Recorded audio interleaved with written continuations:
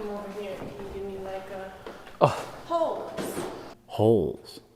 We all got them. Holes. Some got more than others. Holes. But what are they for? Give me a moment. I'm just fixing the geometry of my Hardie. All right, welcome to Vocabulary of the Forge.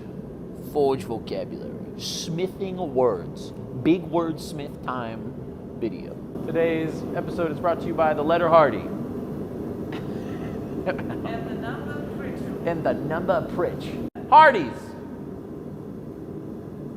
Pritchels. We have the Hardie hole and the Pritchel hole.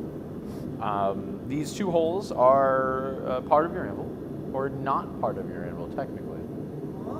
The original hot cuts, which is how I learned what this tool was called a Hardie. They needed a hole to put it in. They put a hole in the anvil, call it the Hardie hole. Hot fucking Hardies. Nowadays, we have a lot more tools that we use in said Hardie hole. So I have a spring fuller here. Fits right into the same hole. Gives me new access to a tool here on the anvil. But it's still technically called a Hardie tool. Even though this was the Hardie, now all of these things with a square shank that fit in your Hardie hole can be called Hardie tools. Square shanks. You can do a round shank, but it'll spin. It's no good. That's no good for you. That's no good. That's not good for smithing. The second hole in your anvil, sometimes they have extra. That anvil over there has 2 Pritchel holes and a Hardie hole, all on the end of the bick. The Pritchel hole is used generally for the action of punching holes through your steel without damaging the steel face of your anvil. So if I wanted to punch a hole through a piece of steel and I went all the way through here, I would leave myself a round mark on the anvil. Instead, I walk it over here, right through there, no damage to my anvil, cleaner hole on my piece of steel, easy. Originally called the Pritchel because the square-faced chisel used for punching holes through your horseshoe was called a Pritchel. Secret forbidden blacksmith technique number 10,001. Use your crotch. So when I start a hole in a piece of steel, I will tend to start over the face of the anvil. I'm not being very careful at all about my hole orientation.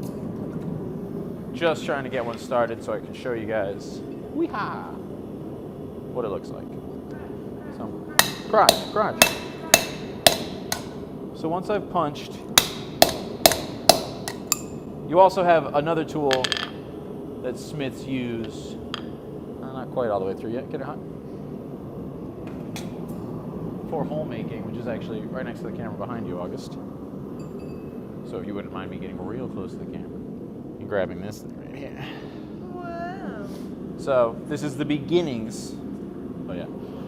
This is the beginnings of what they would call a Pritchel plate. I'm only adding holes as I need them. Just a plate of steel, high carbon usually, or something with a high carbon face, in which various sized holes are punched through or drilled through, and they're ready for you to take whatever piece you're punching through, match your drift or your punch to whatever it is you need, and now I can punch through clean on the face of the anvil without damaging the piece of steel, my anvil, anything. But the second benefit of the Pritchel plate is because I have a variety of holes, I can match my center punch to the hole I'm picking. Here, this Pritchel hole is way bigger than my punch.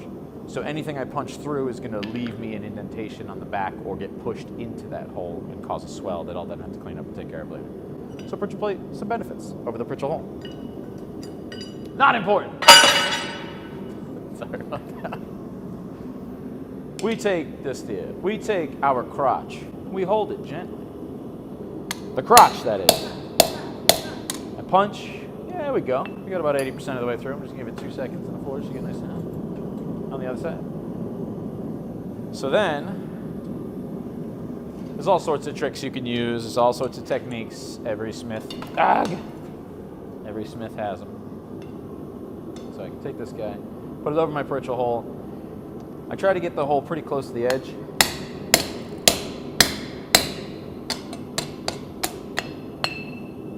center punch, and a beautiful hole, clean through the piece of steel.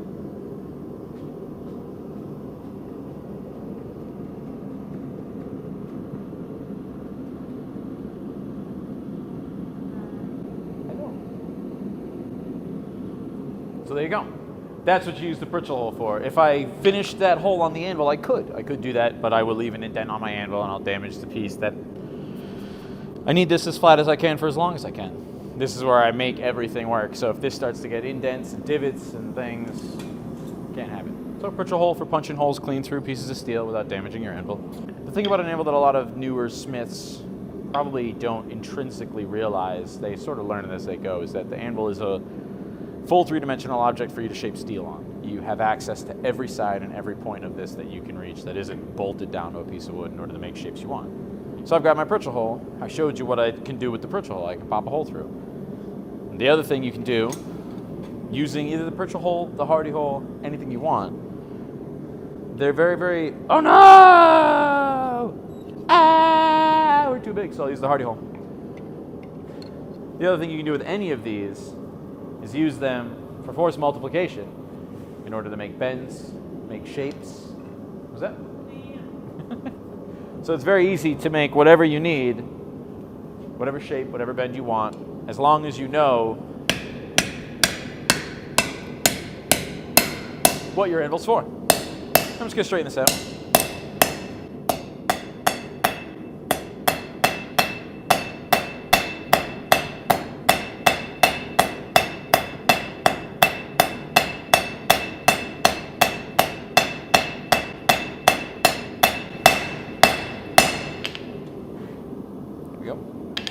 So my next deed I'll do it with the Pritchel hole. I'm going to get a lot more of this piece hot because I'll show you my personal enjoyment with this specific anvil. Most anvils, your Pritchel hole and your Hardie hole, as in this anvil over here, which I'm sure we'll cut to something close up of it, are on the same end of the piece. They're both in the bick rather than the horn.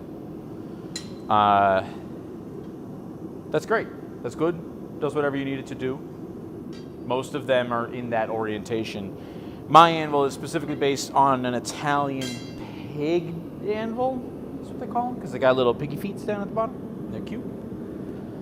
And the Pritchel hole is here in the transition between the horn and the face, specifically for you to be able to use the horn more as a bending tool than you can over there. If I want to make a curve using my horn and this anvil, all I have is the horn and my hammer. That's it. If I want to use this one, let's see, a little tiny bit hotter. Give me 45 seconds. This is the coolest thing about this specific style of anvil is once I get it into the Pritchel hole, I now have a lock point that I can use to really make some dramatic twists really quick and easy. I can pick whichever spot I want, I can pull it to there. Obviously you get a little pigtail as you go, and I would normally just, let's go. Take this and flatten it out.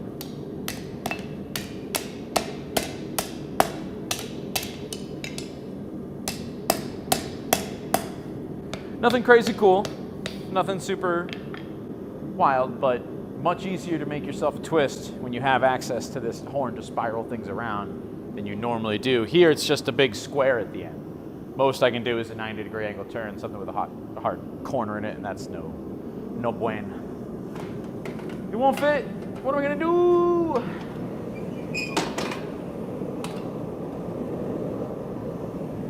Handles with doors. Muy bueno.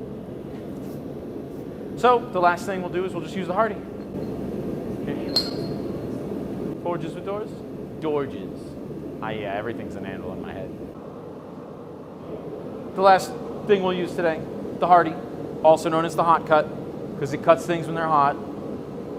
Smiths. We know what we're doing, but we don't know why we're doing it. I just start to lose it when I'm on camera. I don't know what to do. So, I'm just going to take this bar, and I'm going to put them over to Hardie, and I'm going to strike.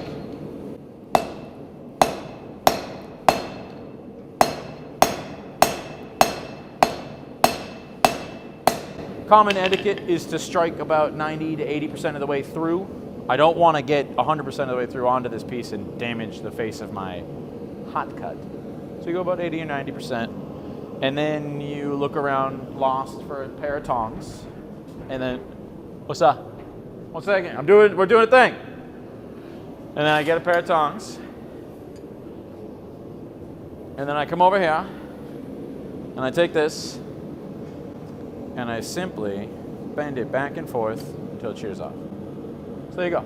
Common usage of your Hardie tools, Hardie holes, Pritchel holes, and tools and such that fit therein. Welcome to Vocabulary of the Forge. Big word Smith Forge Day time.